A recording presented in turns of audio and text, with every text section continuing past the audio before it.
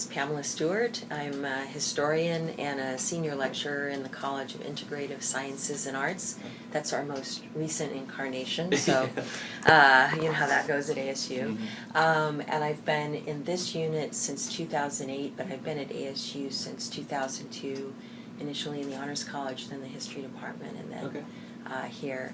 And I have a non-traditional background in the sense that I didn't start college till my 30s. So my college years, where I also came out and a whole lot about my life changed, it parallels a college experience, even though my life was in a very different stage at that point. But the significance of a university context, a college context, for people in terms of what education does for, yes, you take the courses and you get the degree and you have that sort of plan, but a good portion of also, if someone is alert and aware, what also is going on is a different sort or a related sort of education, and I certainly discovered that for myself. So that's kind of my background to that. And in terms of my place here, I don't have history majors on campus. My work is geared much more to students in all of our degree programs downtown, which really runs the gamut, everything from journalism to health innovations, you know, to social work. So a lot of what I do, and honestly I would probably teach it the same way if I had all history majors, but is really about thinking historically and why that might matter, even for issues, some of the ones you're interested in. We sometimes have that idea that something's brand new and now we have a new problem, or now we could, and sometimes it's useful to at least consider, I wonder what people have done in the past, but also because I have so many different students in so many majors, trying to make the relevancy factor important, let them see that whether it's what we would now call LGBTQ plus, you know, populations, they've been around a long time, or people I kind of talk about from the margins to the center. What does the world, history, power look like if you're not necessarily the one at the center of power? So fortunately, you know, a lot of students get what that's about and appreciate that approach, even if sometimes they're challenged, because, you know, at the end of the day it's still a college course and got to get some work done. Okay. I was at University of North Texas, and I should probably give them a shout out, because even though it was pretty small town Denton, Texas, there are two universities there, both of which have some amazing arts programs, and honestly I think that tends to really just help the world in general to have those components. But they actually, I didn't go to a meeting, but I remember seeing flyers about an organization called Courage. And it was, I actually feel emotion coming up when I'm thinking about that, because when I was trying to figure a lot of stuff out, the idea that, oh, like this is a thing, there are other people around, and that, you know, even on that college campus, that there was an actual student organization, and I don't know what the rules were or how official it was, but that seeing things like that were really useful, even if I didn't follow up or call the number or show up at a meeting. You knew that somewhere, you know, there were people. And so now I think all of that's a lot more visible. You can go on the website, you can find things, but at the time when I was trying to figure things out, naturally, being the good scholar, I went to the library. But in the 90s, you know, if you tried to look up books that had, and things weren't really, I mean, email and online was kind of starting, but it was, you know, early, and if you still needed to look in card catalogs and things like that. But when I wanted to look up issues of what we would term sexuality, you know, they were there next to the pedophiles and all the books on, like, quote, mental illness and predators and all of that. That was the, you know, but I also began to realize that place and space really mattered, and that was how things were understood. Honestly, I was also Mormon at the time, with 5 children, and you know, in a very different world. And so the changes that I was realizing that would need to be made were large and multifaceted. And while I think today we kind of think, oh, things are easier for people, that just isn't necessarily the case. And I think that that idea is geared more to maybe someone who figures this out and comes out and has support from the time they're 8 or 12 or 16 or whatever it is. But we still have tons of people that are your ages as well as a lot older who, you know, their lives are complicated by the fact that even if they know, it will mean not having a family anymore, or not having a community in the way that they have, or maybe losing their funding for college, or quote, destroying a family that they still love the people in this family, but they also realize they're not really being true to themselves. And I don't know how much we continue to really grapple with those challenges because we have a feeling that, oh, everything's fine now. And it's not. And let alone if we get into transgender issues and all sorts of, you know, arenas.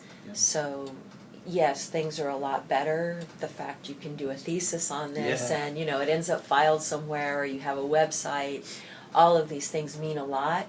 But I would argue that, you know, those who have least access and least ability to be comfortable in talking to something, the online component is huge because you can potentially maybe get some information without anyone knowing.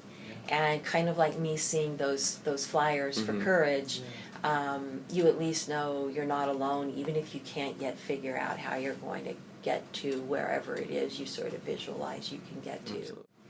In some of my early situations in the early 2000s, very few were overtly, you know, oh, she's a lesbian, that's a problem, sort of a thing. And again, I wasn't starting my career at age 30 or 32 like a lot of academics are.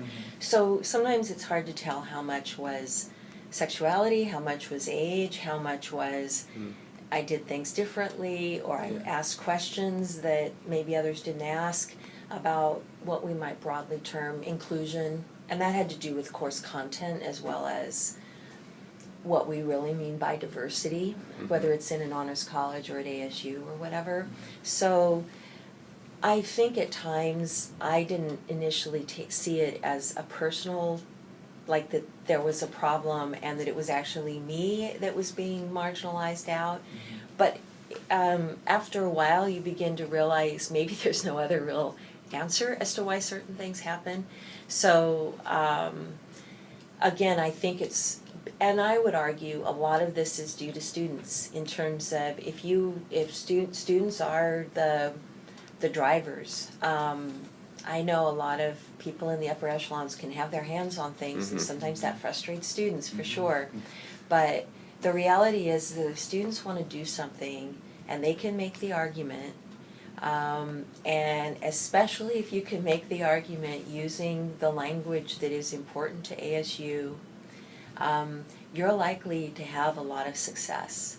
And I think that in many ways when students realize that, that's made it easier, better, created more possibilities for those of us who, you know, I'm not tenured.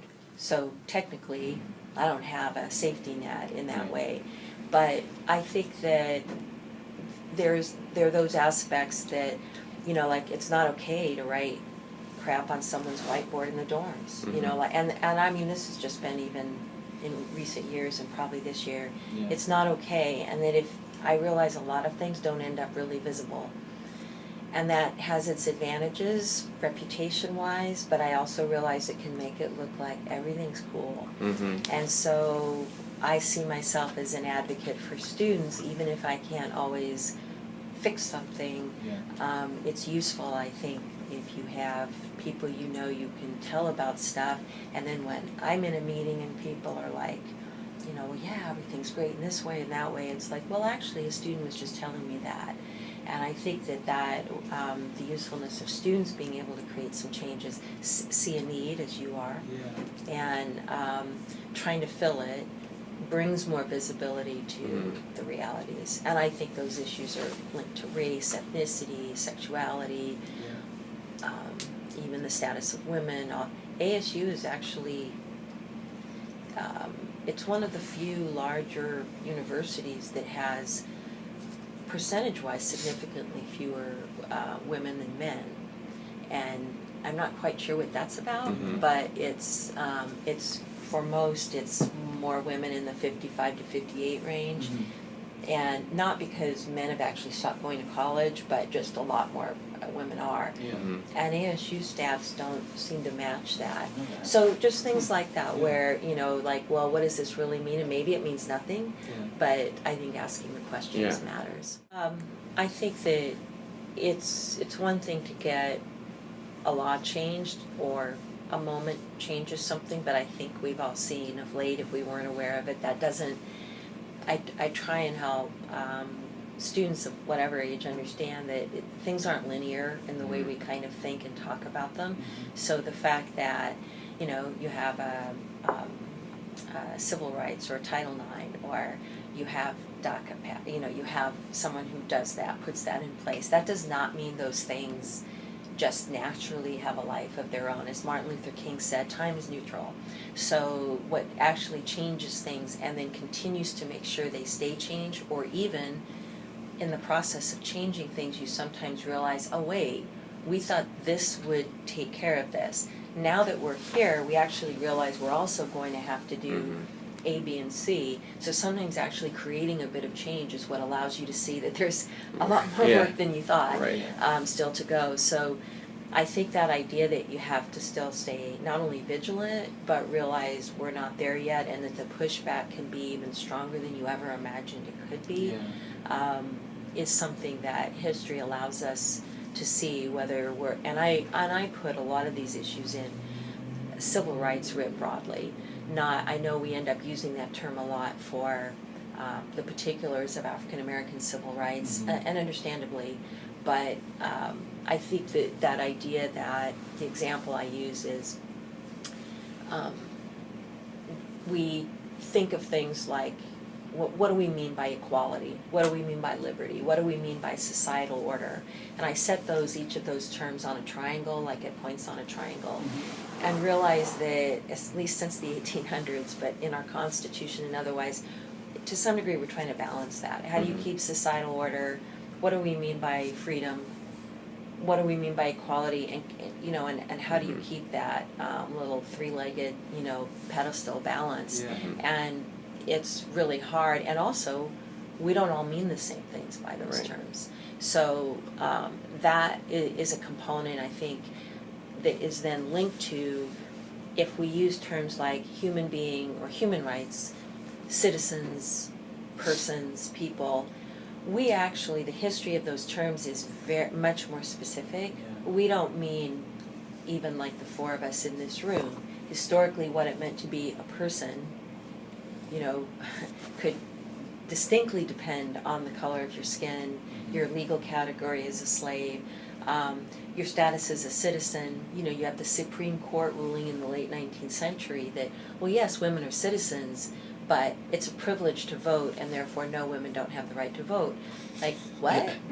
You know, so I think that it's useful to realize that as long as we have, I think it's important to use the adjectives, women, LGBTQ, and even breaking those down, African American, immigrant, because unless we render all of those components visible, we end up thinking that, quote, you know, people are equal or whatever.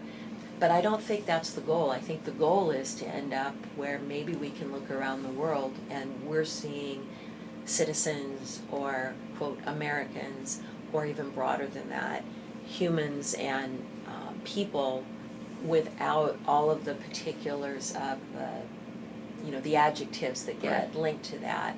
And I think we sometimes forget that the history of trying to gain equality and freedom is one of really keeping it restricted, and only over time have we pushed and fought and scrapped our way to opening that up and really saying, no, we actually mean me too, or you too, or, you know, whatever.